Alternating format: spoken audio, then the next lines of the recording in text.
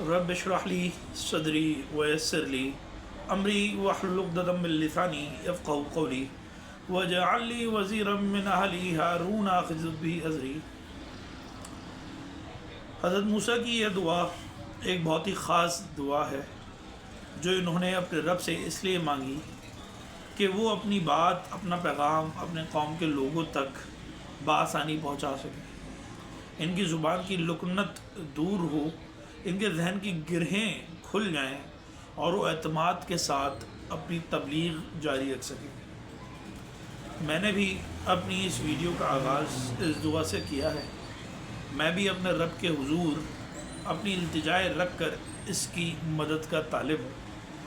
میں بھی حضرت موسیٰ کی طرح اپنے بیان میں اثر انگیزی کے لیے اپنے رب کی نصرت کا طلبگار ہوں، لیکن مجھے آپ لوگوں کی تبلیغ کرنا مقصود نہیں ہے۔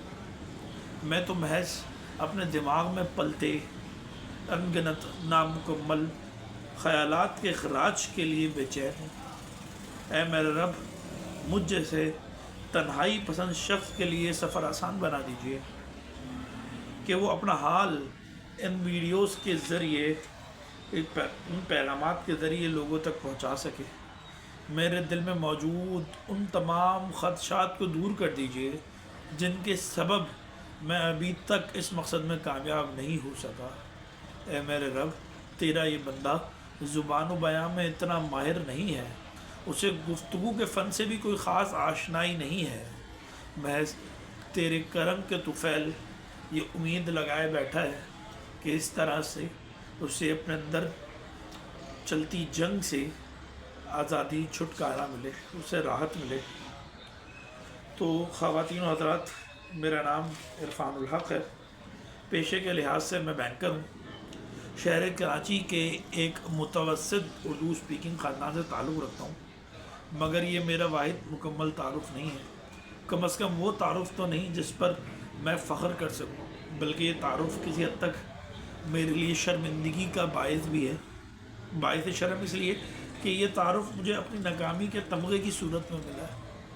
یہ ناکامی اپنے بچپن کے خواب کی تکمیل نہ کر پانے کی وجہ سے میری زندگی کا مستقل جزو بن چکی ہے۔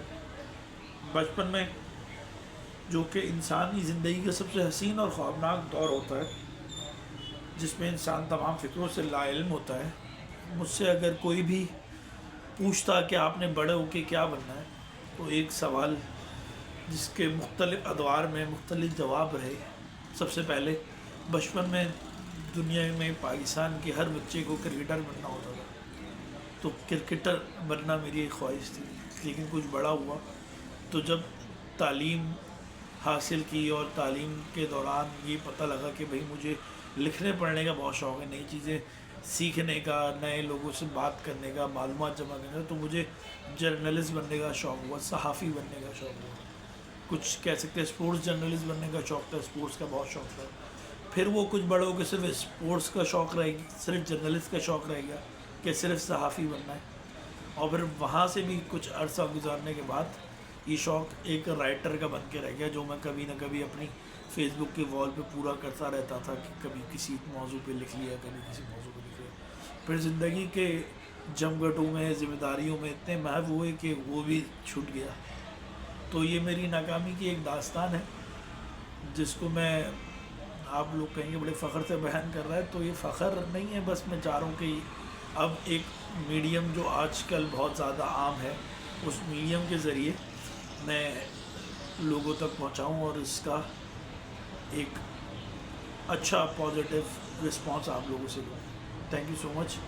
مجھے برداشت کرتے رہیے کہ آنے والے وقتوں میں بھی اس طرح کی ویڈیوز میں کوشش کروں گا بنانے۔ بہت شکریہ، تھینک یو، اللہ حافظ۔